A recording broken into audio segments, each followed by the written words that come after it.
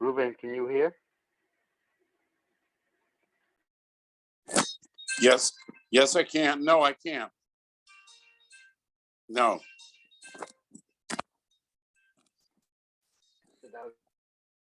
Okay. Can you hear now? Yeah. Yeah. Okay. Okay, we had some technical problems this morning, but Bob came to the rescue. Okay? You okay? Michael wasn't here either this morning. Huh? Oh. Okay. Here you go. Did you unmute? Huh? Okay. I can't hear him. All right. Okay. If you can hear us, okay. We'll go ahead. Okay. All Okay. right? At least this way you can participate. All right? So we're on Mem Cat Amud Aleph, top of the Amud, right? The Ema Heka Dahadra, the Gemara is going to pick it up, but I want to just run back to the very bottom of the previous Amud, okay, where we saw, right, the discussion there, okay, where the argument was Amar Rabba, Amar Li'i Ami. So Ami is explaining to Rabba the following. The chuppah of the head yekti. It says specifically with regards to the chuppah. The ish, when she is the pasuk refers to na'ara, refers to betula, refers to me'orasa. Okay, that she would have to be a na'ara, 12 and a half, B, betula, a virgin, and engaged. Na'ara, the logo Garrett, which she did at the introduction. Right? That she, implying that she had to actually have been a young girl, right? Right? Not a woman, right? Not an adolescent, if you want to call it that way. Okay. Secondly, right? Betula v'lo be'ula. She has to be a virgin and not a woman who has experienced the relations. Okay. Me'urasa, betrothed, v'lo nisua, and not being married. Okay, that's actually case the implication is, right? My nisua. What about the situation where we could say, okay, that she was actually married? Okay, would that be the same as a betula in that case?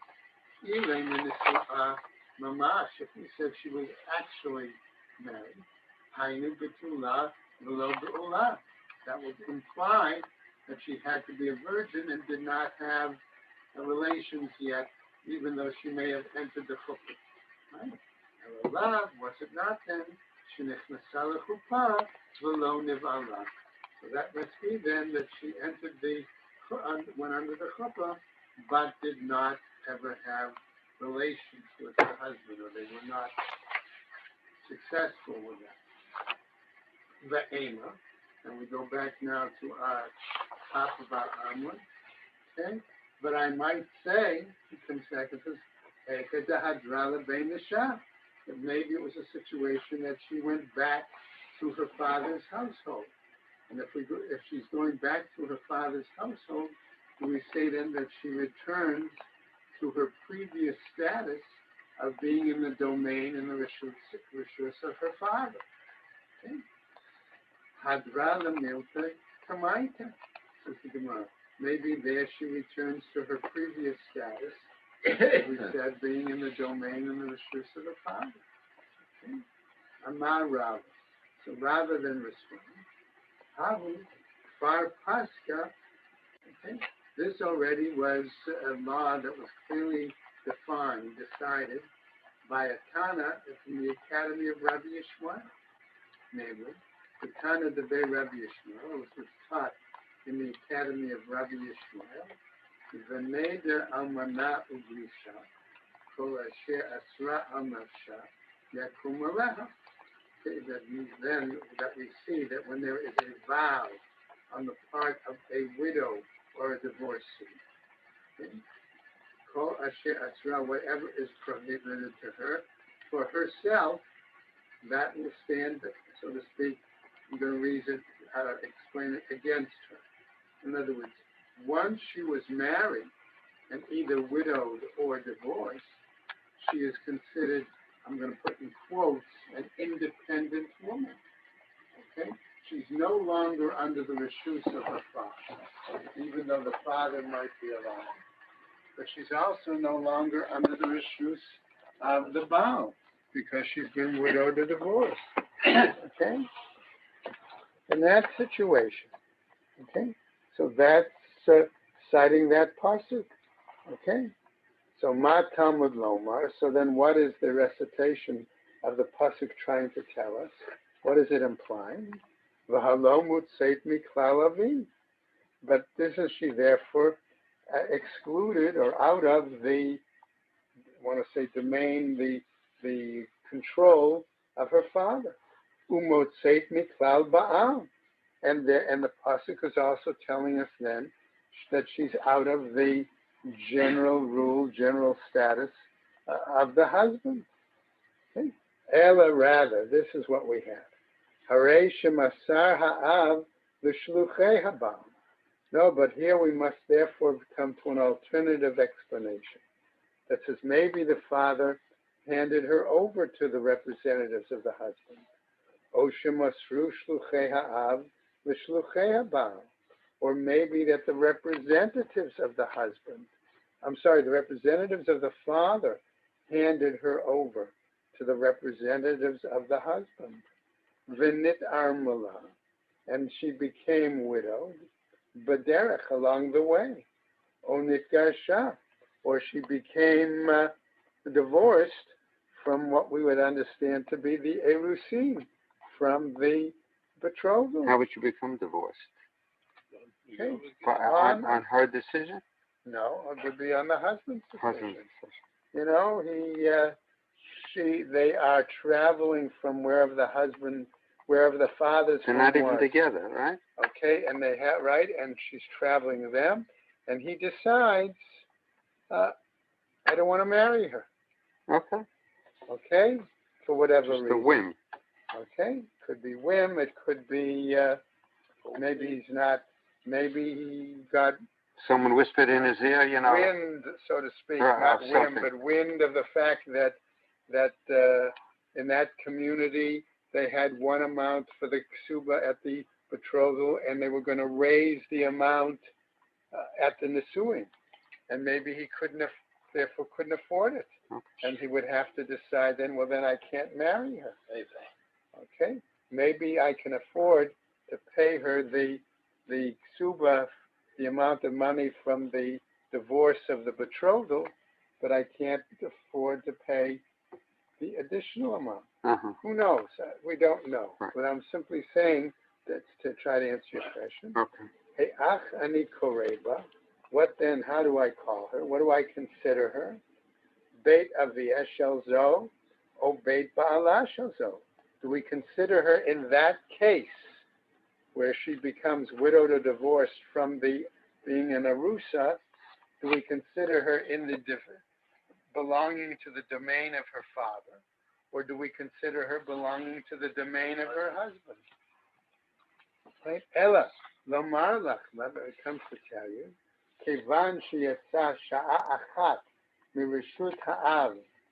Once she exits, I'll say, for at least an hour, maybe it's really an hour or a short period of time, either way, the domain of the father, shuv eino yachol lahafer, then he is no longer able to nullify her vows. Amar Rav Papa. And Rav Papa now tells us, Af anan nami tanina.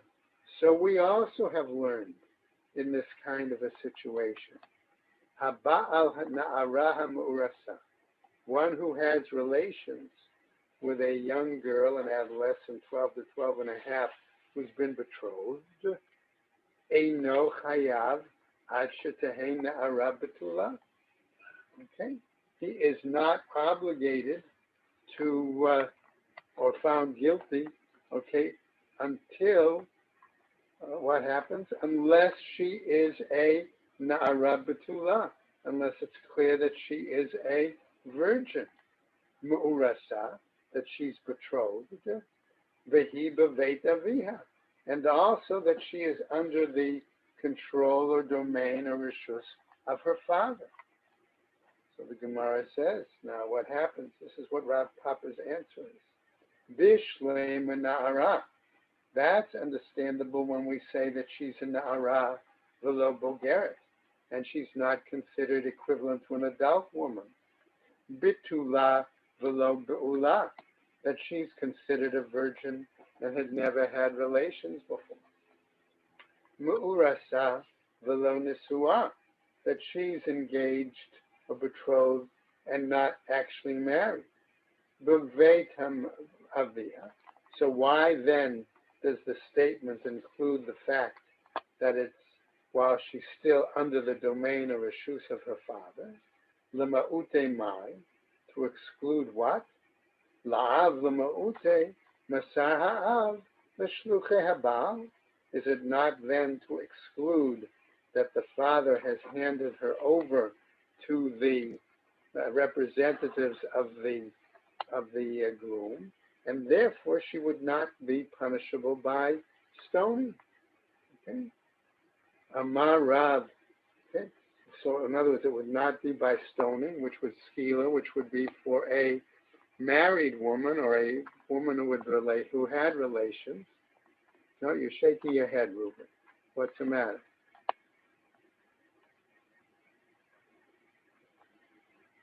Reuven is trying to tell me something I can't hear. Oh, that's good. Okay.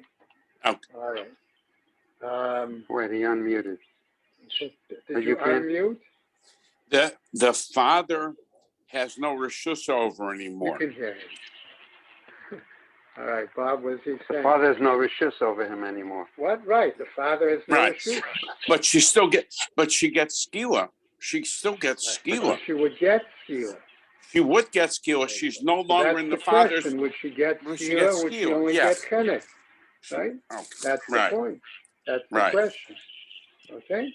So Amar, in other words, would she not then be subject to skila? Right? No. Amar Rav Nachman bar Yitzchak. What does he say? Af ananami tnina. So we also learn this. Haba'al eshet ish. One who has relations with a married woman. Kevan shenichnasa l'reshut haba'al l'nesu'in. Since she has become under the domain of her husband by means of marriage, I'm going to say, afal pi shelo niv'ala, even though it's possible that they did not have any sexual relations, haba'aleha harei ze bechenek. Okay, in that situation, okay, she would be punished by strangulation. Nichnasa l'reshut haba'al ba'alma. Why? Because we're saying that she has entered the domain of the husband in general. Okay? Even if she did not, okay, even if she did not enter the chuppah. Okay? Shma mina, and indeed that's what we learn.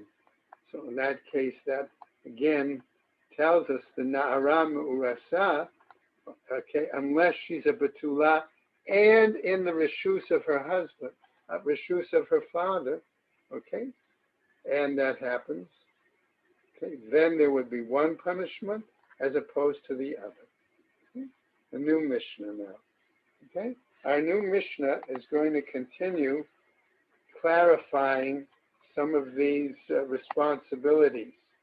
Okay? Matnitin ha'av eino chayav b'mezonot bito. According to this Mishnah, the father, Tanakama, is telling us that the father is not obligated in providing sustenance for his daughter. Okay? So what happens?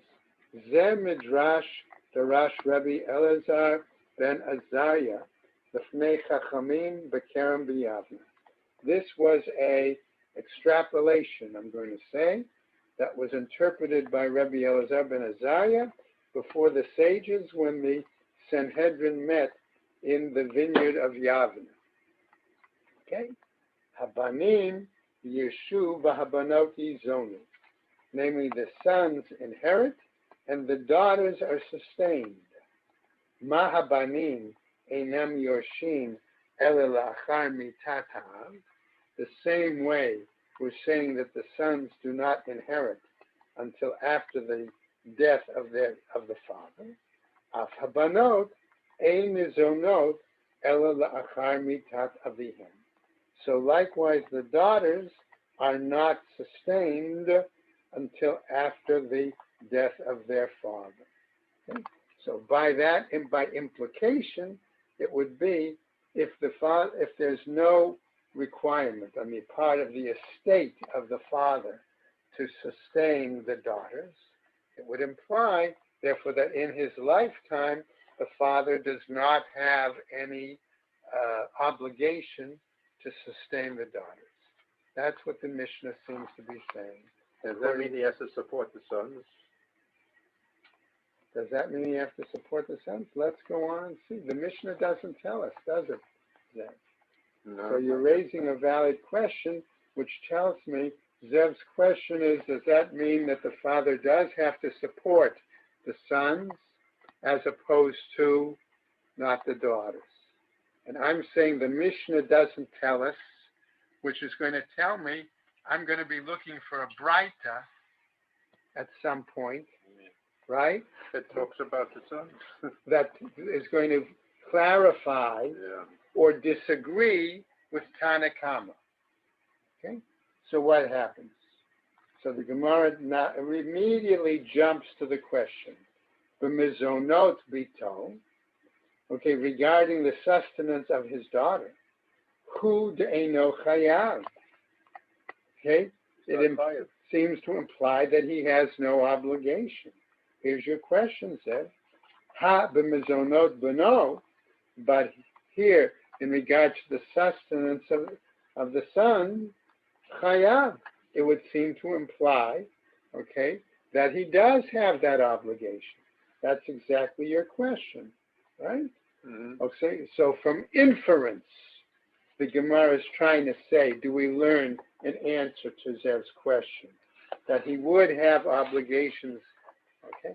However, bitonami, okay, I'm going to bring in what Sid would ask. Okay, isn't there some rachmanis here? Isn't there some concern? How old are the sons? If they're before bar mitzvah age, I will. Oh, you're right, and we're going to see that eventually in the Gemara. Okay? Okay. Bitonami, but his daughter also. Chovahi deleka. Here, an obligation, there doesn't seem to be any. Ha mitzvah ika. Okay, but there may not be a obligation, but certainly there is a mitzvah. Okay, namely, he has a moral responsibility, we might argue. Mani matitin, then according to whom is our Mishnah? Right? And notice what the Gemara is going to tell us now. Lo Rabbi Meir, it can't be Rabbi Meir, because normally we assume what? That a Stam Mishnah is according to Rabbi Meir. And no names are given in this Mishnah. But now the Gemara is telling us, no, it can't be according to Rabbi Meir, and we're going to see why momentarily. Velo Rabbi Yehuda, and not by Rabbi Yehuda. Velo Rabbi Yochanan ben Broka. And so none of the three of them could be the author or editor of this Mishnah. The Tanya, mitzvah lazun et habanot.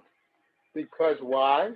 The implication of our Mishnah is that it's teaching that it's a mitzvah to sustain the daughters. Kal v'chomer lebanim.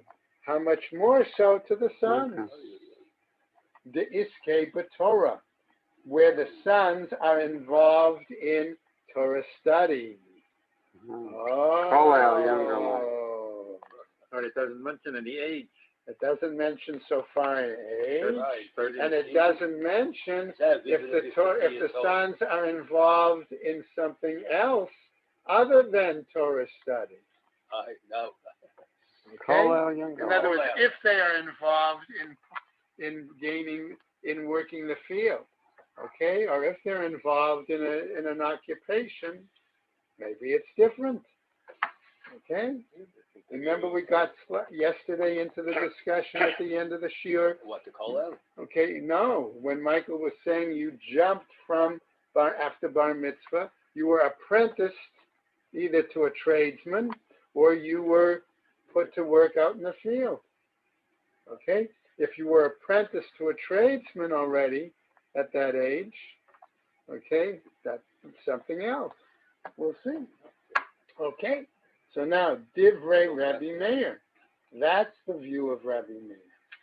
Okay?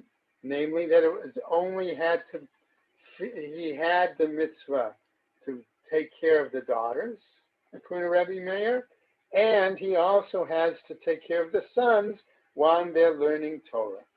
So Rabbi Meir certainly does not say the same thing as our Mishnah. Let's go on now. Our Gemara said it's not like Rabbi Yehuda. Why? Rabbi Yehuda Omer, mitzvah lezunet habanim, v'kal v'chomer lebanot. He disagrees again, right, with our Mishnah. It's a mitzvah to sustain the sons, how much more so the daughters? Why? Mishum ziluta, because it's a dishonor for the daughters to go begging. That's why. Third example, right? Our Gemara said it's not, the Mishnah isn't like Rabbi Yochanan ben Broka. Why? Omer, he says, Chova lazunit habanot, that it is an obligation for the father to provide sustenance for the daughters. La'achar mitat avihem, okay? That's after the death of their father.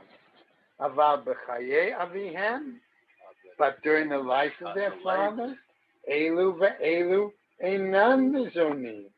Both these and these, in other words, neither sons nor daughters is the father obligated to sustain. But after the father dies, the sons are obligated. After the father dies, Aren't the sons obligated to support the sister? they support him based on the estate of the father, Sake, yeah. but not themselves. Okay? So let's see what happens. So therefore, our Gemara comes back and asks our question. Mani matnitin. According to whom is our Mishnah? Rabbi Meir. If it's according to Rabbi Meir. Ha'amar banin mitzvah. Here he says that for the sons it's a mitzvah. Okay, which disagrees with our Mishnah, our Tanakama. Rabbi Yehuda ha'amar banim nami mitzvah. He also says that for the boys it's a mitzvah, which again disagreed with our Mishnah. Okay. Rabbi Yochanan ben Broka. If it's Rabbi Yochanan ben Broka, afilu mitzvah nami leka. There's no mitzvah whatsoever, right? Because he said elu ve'elu gurnished. Okay. Ibayet ema. Therefore, I might ask as follows. Rabbi Meir. I might ask about Rabbi Meir's view. Ibayet ema Rabbi Yehuda. I might ask and question Rabbi Yehuda's view. Ibayet ema Rabbi Yochanan ben Broka. I might come and question Rabbi Yochanan ben Broka's view. Okay? So let's do that, says the Gemara. Let's raise the question about each one of them. Ibayet ema Rabbi Meir. I might question the view of Rabbi Meir. Vahachi ka'amar. And this is what he means to be telling us. Ha'av eino chayav b'mezunot bito, v'hu adin libno. The father is not obligated to provide sustenance for his daughter, and the same law applies to his son. At what age are we talking about? Oh, we'll get to it. We'll Jump, get to jump. it. Okay. Okay. I know you're on Spilkies there, Sid. I'm not. There's certain things I'm going to get to it. you know, if it is a Tana or a Nara. We're going to get to it. You're right. You're 100% Yeah, right. but go work it out. Baruch shekivanta. Ha mitzvah b'vito. But, this is still Rabbi Meir's view, remember? But mitzvah b'vito ika. But regarding a mitzvah, moral, spiritual obligation regarding him to his daughter, there is. Kal v'chomer lebanim. How much more so for the son? V'hai dikatana bito. And the fact that he teaches that in regards to his daughter. Hakamash malan. Here it comes to tell us as we go over to the next Amr and the afilo beita. Chovahu deleka. That even in regards to his daughter, an obligation there isn't. Ha mitzvah ika. But in regards to the mitzvah, there is. Okay? So we've now handled Rabbi Meir. Now we're going to go on to Rabbi Yehuda. The Ibayat Ema Rabbi Yehuda. And if you want, I would raise the question or deal with the issue of Rabbi Yehuda, and I would say, Vahachi Kama. This is what he's saying. Ha'aveno chayab b'mezonot bito. The father is not obligated with the sustenance of his daughter. Because she came lebeno. And how much more so for his son. Mitzvah b'beno ika. But with regarding to a mitzvah with his son, there is such a requirement. The kal v'chomer lebanot. And how much more so regarding a mitzvah for daughters. Okay, that's the case. That's strange. He said just the opposite of Rabbi Meir. Rabbi Meir says So- afilu b'vito. In other words, the That's son what you do by definitely, Meir, the don't daughter's, Right? He's saying the opposite. he Right? said the opposite. That's typical. Right. Vahadikatani bito. And the fact that he teaches that there is this mitzvah for the daughter. Hakamash malan. It comes to teach us. The afilu bito chaval leka. That even though regarding his daughter there is no obligation. Okay? That's the case. There's no obligation, despite the mitzvah, okay, to guard her, okay, from the embarrassment of and the dishonor of having to beg. What's the difference between an obligation and a mitzvah? What's the difference? What's the difference? Right. Good question, Bob. All right. The Torah doesn't say, Right. okay, you have a obligation. But the rabbis are assuming that one has a mitzvah. Okay? Uh-huh. We're going to get, I think the Gemara may address it Okay. in another way too. The Bayat Ema. So how about if I ask about Rabbi Yochanan ben Broka? Okay? Right? Right? So far, by the way, I will give one other answer to Bob. So far, we've seen that some will say there is an obligation on the part of the father's estate after his death. Okay? Okay. But you can't infer that there's a mitzvah there. Okay? All right, so what happens? So let's jump back, right? All right. So the question, so we could say that the obligation is there after the death, but that one could argue there's neither obligation nor mitzvah during the life. And that's what we're going to see. We buy it Ema Rabbi Yochanan ben Broka, and if I ask about Rabbi Yochanan ben Broka, Vahachi Kamar, this is what he's saying. Eino chayav b'mezonot bito. There is no obligation regarding the sustenance of his daughter. Vahu hadin libno, and the same law applies to his son. Vahu adin the afilu mitzvah nami leka, and the same law applies, according to Rabbi Yochanan ben Broka, that there is no mitzvah either. Va'aide de banot la'achar mitat avihen chova, and the fact that we say regarding the daughters that after the death of their father there's an obligation. Tananami eino chayav. He would also teach there that there is no obligation. Okay? So Rabbi Yochanan ben Broka basically is saying, no. Okay? that there's not only no obligation after the death of the father, okay, but there's no mitzvah either during his lifetime, okay? And you can't infer that there's a mitzvah, okay, even when there's an obligation after the death. Okay? So I have a question. Yes. If you're telling me all this here, they're not obligated to this son and daughter. Why is it that the daughter has a job and works, the money belongs to her father? If you're telling me it's a one-way street, no matter of that here, then why did the Rabbanim say that whatever she gets, makes belongs to the father? Good question. The only answer I could give for the moment is that, remember, they made a comparison between, Reuven, you heard Sid's question, right? Okay, he did. Okay.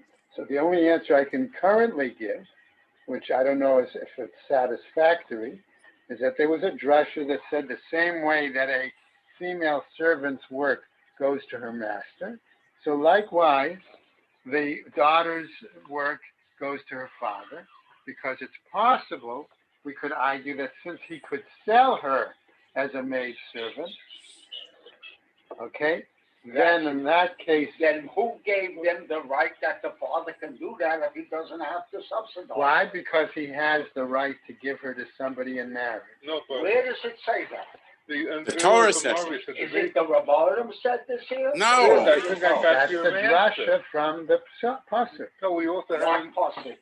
right? The Torah says the father can give her in. yeah, but that's what it's based on. The big one, the Gemara, But while ago, now, yeah, Rabba, why doesn't the father get the earnings of the daughter? Because of Ava. Because Oh, that's a different answer. Because of what I didn't hear. Eshum Ava. I have to support her. In the meantime, she's bigger than money. She's not giving me anything. Right. So that sometimes- there's no ill will So, between. so there was the concept that the father has to support the daughter. The only reason he gets her earnings is because of that. It shouldn't be Ava. He says, We're going to clarify it further as the Gemara goes on. Okay. Okay? They're all good questions and good points that everybody has raised. Amar Rabbi Ilah.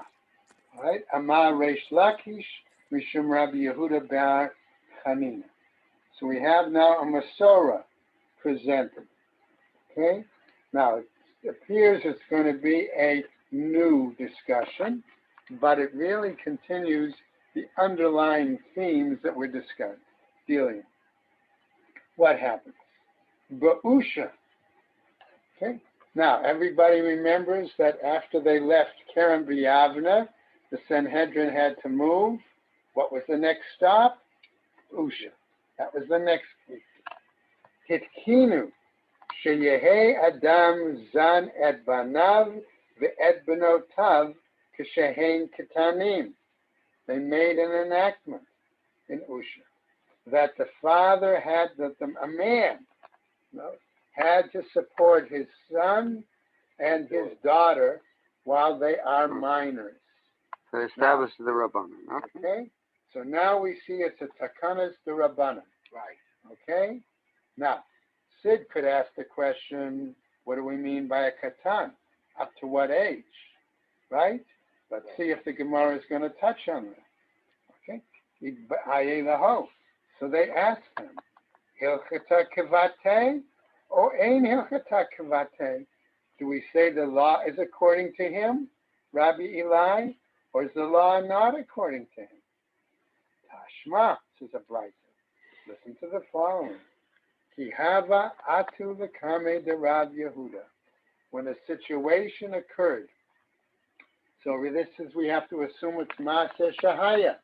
And remember, we always say when the Gemara cites Maaseh Shahaya, what is it telling us? A firm basis to decide the halacha. Okay? So what happens? Ki hava atu the kame de Rav Yehuda. When a situation like that came before Rav Yehuda, Amar laho. Okay, in other words, and the children complained about a father who did not sustain his children.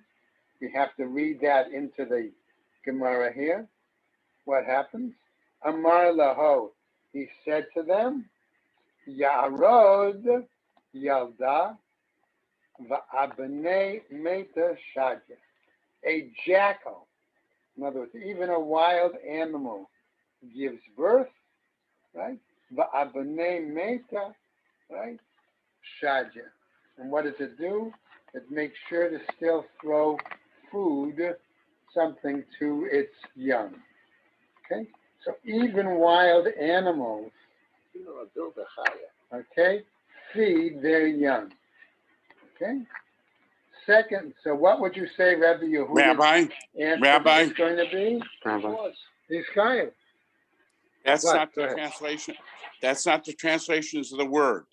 The word says that the Yorod gives birth, the Abnei Reuben is Masha, telling Bob, and and Bob's going to tell him. he He said throws that's not the. the obligation to the people of the city. He does not feed the children. That's Okay. All right. read I it. understand. Read Yeah. Okay. Abnei All right. Masha. So the question is, He's saying that Bob you Yehuda, are like Reuben a wants me to weasel. read it differently. He wants me to read it this way. Ya'arod Yalda, a jackal will give birth. Va'banei Mata Shaja, and they're going to throw the responsibility of feeding the children on the people of the town, Right, the community. on the community. Right. But he's shaming him. He's saying, Okay? you're like a So jackal. that way they're shaming him that he has to do it. Okay? All right? Okay. Second example. Ki hava atu v'kamei de Rav Chisda. Okay, again a complaint brought before Rav Chisda, Amar lahu. And he said to them, Kafu le asita b'tzibura. I want you, he says, to take a mortar, a brick, and turn it over to make it into a podium. Okay? And do this publicly. Velikum velema. Okay, and here there's a difference of opinion among the Meforshim. Whether it is the children who get up on the podium and then publicly shame their father, or whether it's the man himself who has to get up on the podium, okay, and he becomes publicly shamed, okay, by saying, Urva bai baneh, vahahu gavra lo bai baneh, that a raven even feeds its progeny, but this man does not take care, does not feed his progeny. Okay? The reason I brought both is because I found both pshatim. Okay? Okay. If it's the children who get up on the podium, they're getting up and they're complaining publicly of this, so that shames the father. Okay? If it's the man himself that has to get up there, okay, why would he unless he's saying, I myself am not able, I'm not capable of feeding my children. So the Gemara continues, V'urva bai baneh, do we say that a raven normally feeds its progeny? V'haktiv, but isn't it written elsewhere in a pasuk in Tehillim? Livnei orev asher yikra. Okay, that the children of the progeny of the ravens, they cry out. In other words, they don't get fed. Right? No kasha. That's not problematic. Ha, v'chivare, ha, ba'ochlame. No, there are different kinds of ravens. One species, white ravens, do one thing. Black ravens do something else. And everything is racism. Segregation. No, also it's the thing that the raven, when it hatches, it comes out white. So On the what? It's born white when it comes out of the shell. So the mother thinks it's the stranger. But after a while, the feathers turn black, and then she feeds them. Mm-hmm. Oh, yeah. Go on. Sources I didn't even give that. I'm a Mepharshim. No, that's good. I appreciate you having brought that. Okay? All right. Okay, let's go on. Kihaba ate lekame de Rabba. Now we get another situation. Okay?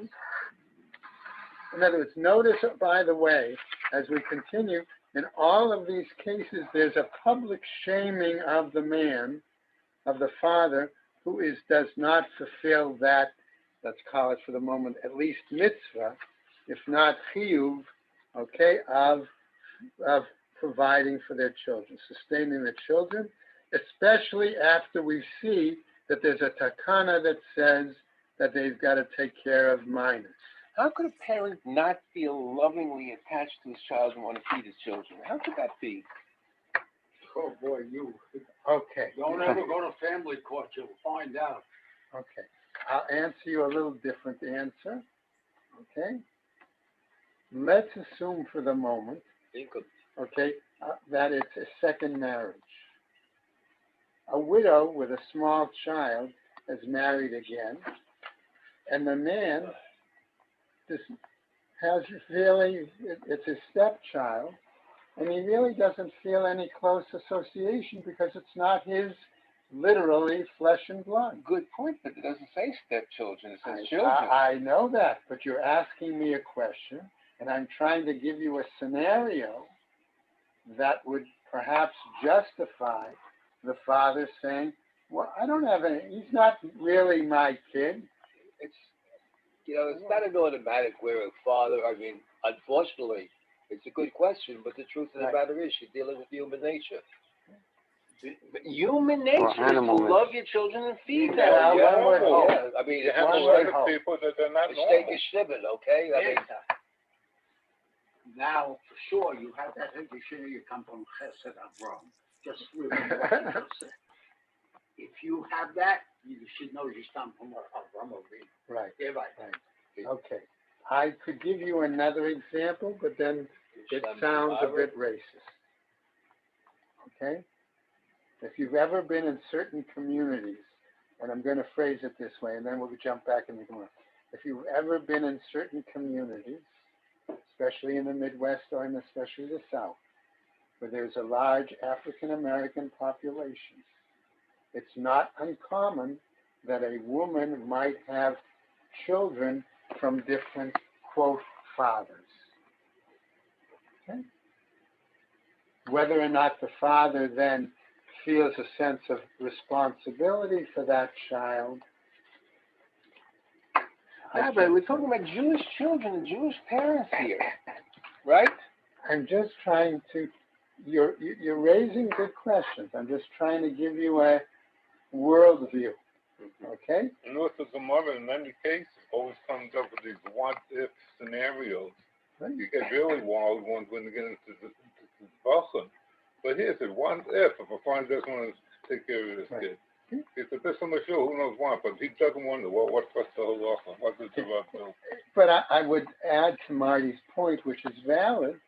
I'm going to deal with let's say not a what-if scenario.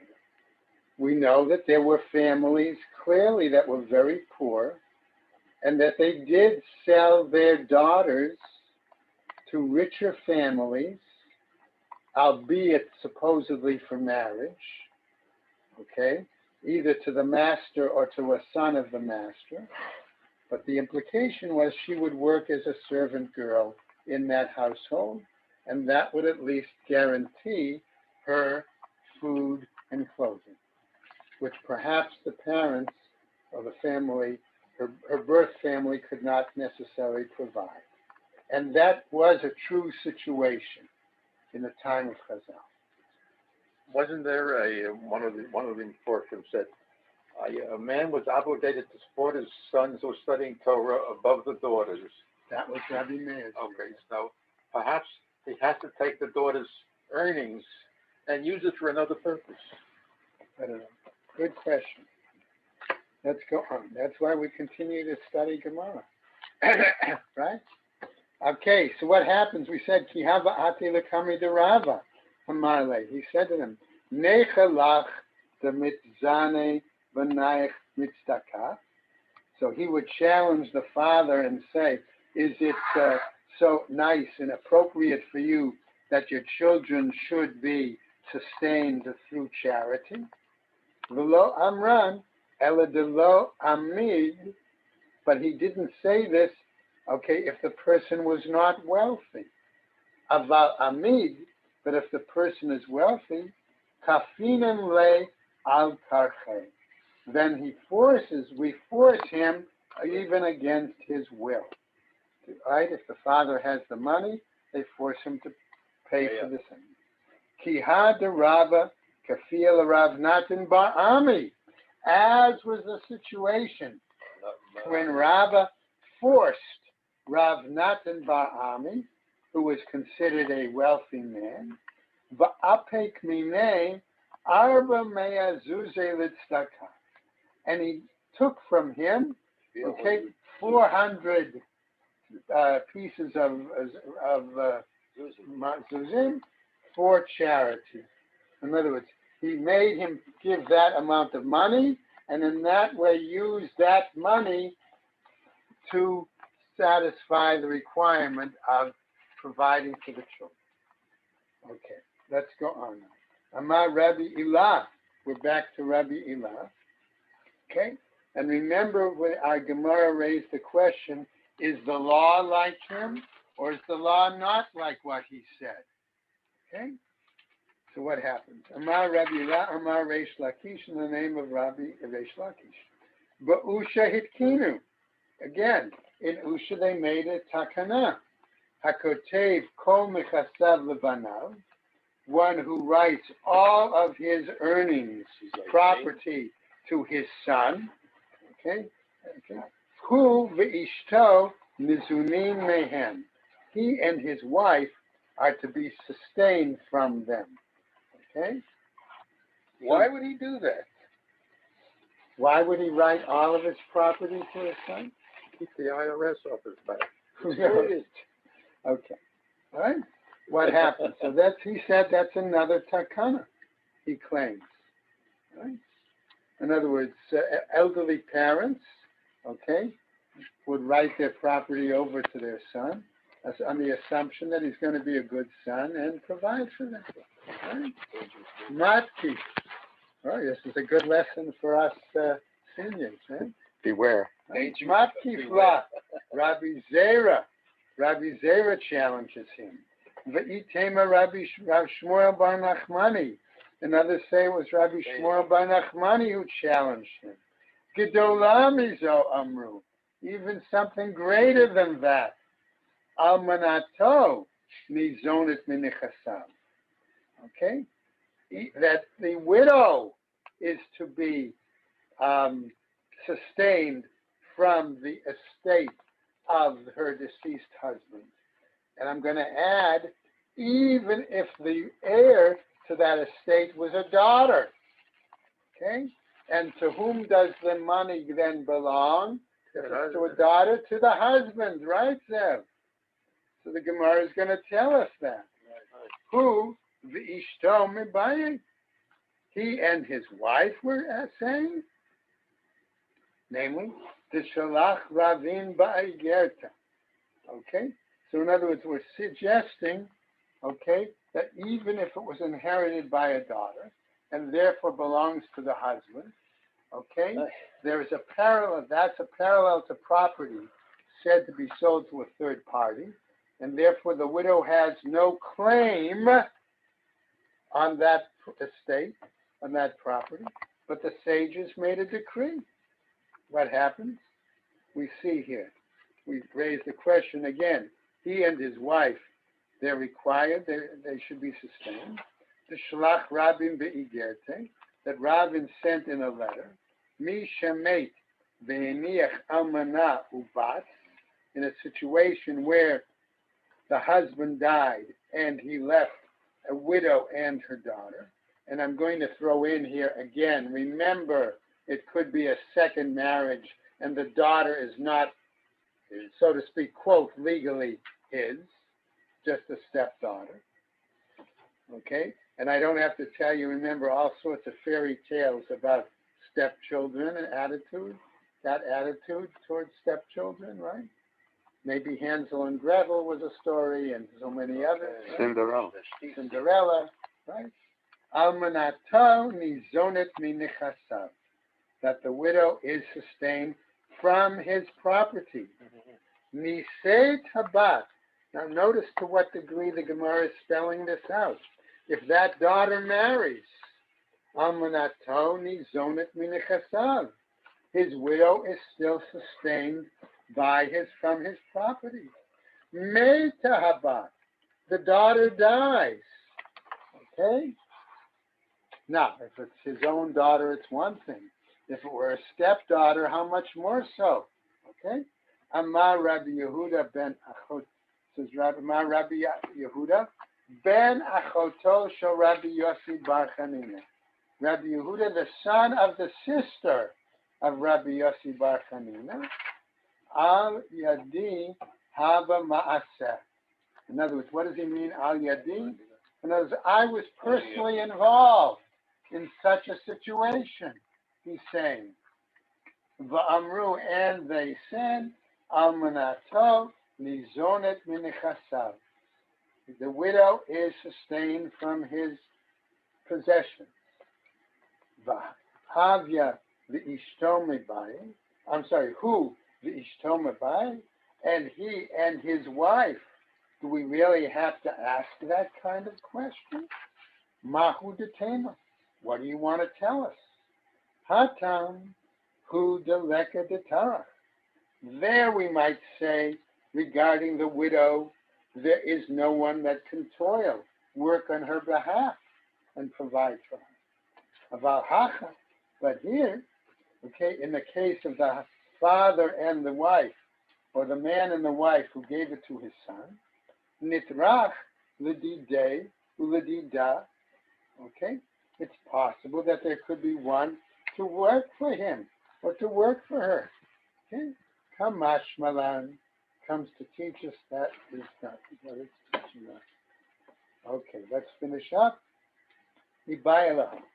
So they asked again, Hilchata kivate, only Hilchata kivate. Is the law like Rabbi Eli? Okay, or the law is not like Rabbi Eli? Shema, listen to the following. Okay, as follows. The Rabbi Chanina and Rabbi Yonatan havu kainu. That what happened?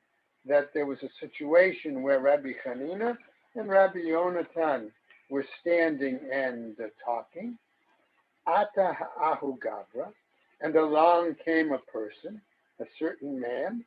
Gachin, he bent over. V'nashke the Rabbi Yonatan akar'en, and he actually kissed Rabbi Yonatan's foot. Okay, Amarle Rabbi Chanina, and so Rabbi Chanina asks him as follows: Maihi, what's going on there? Amarle, he said to him, Kotai nechasav levanav. Okay, he wrote all of his property to his son. Vehu, all right, that's what he did. Va'asitanhu lezaneh, and I forced him. We forced him, namely the Beis Din, forced him to provide sustenance for him. In other words, he forced the children because the children had this. He gave him all his property. Right? Right, that this was the case. And we'll just finish up. Iyamart Shlema Lavdina, if you said this wasn't the law, Mishum Hachi Asinu, because of that reason, that's why they had to coerce or force him. Ela Iyamart Dina, but if you're saying that that it is the law, Asinu Bai, that they have forced him, why did we have to say that? In other words, the implication would be that it's very possible that the law was not decided in favor of Rabbi Eli, and that's where we'll continue tomorrow on Amud Nun with Rabbi Eli giving us another statement that he felt was a takana at Rosh. Sure.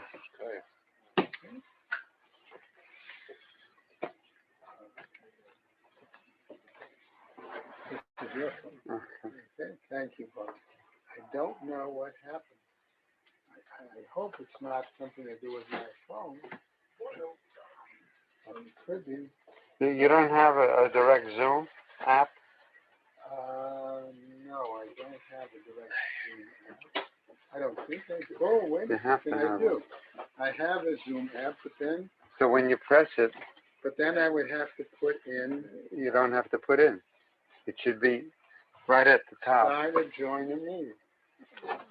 Okay, okay, join a meeting.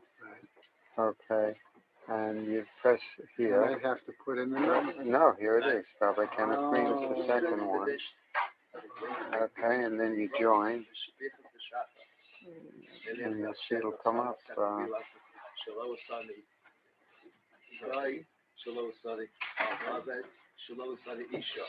An Isha is less than a guy and an Evid.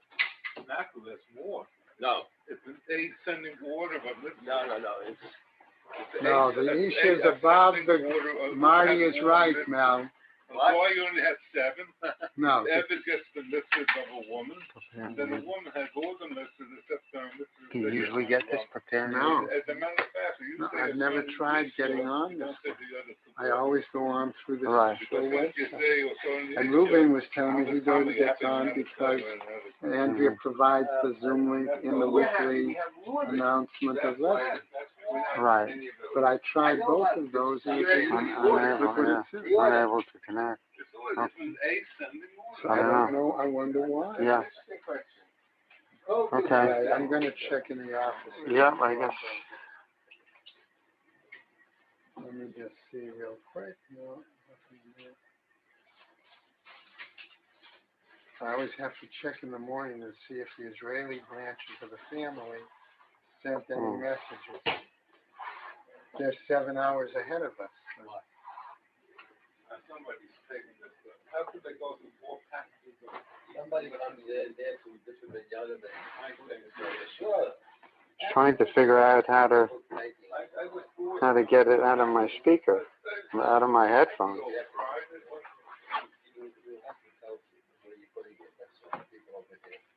Marty, are you Uh-huh. saying that the cookies are going a lot faster? Yeah.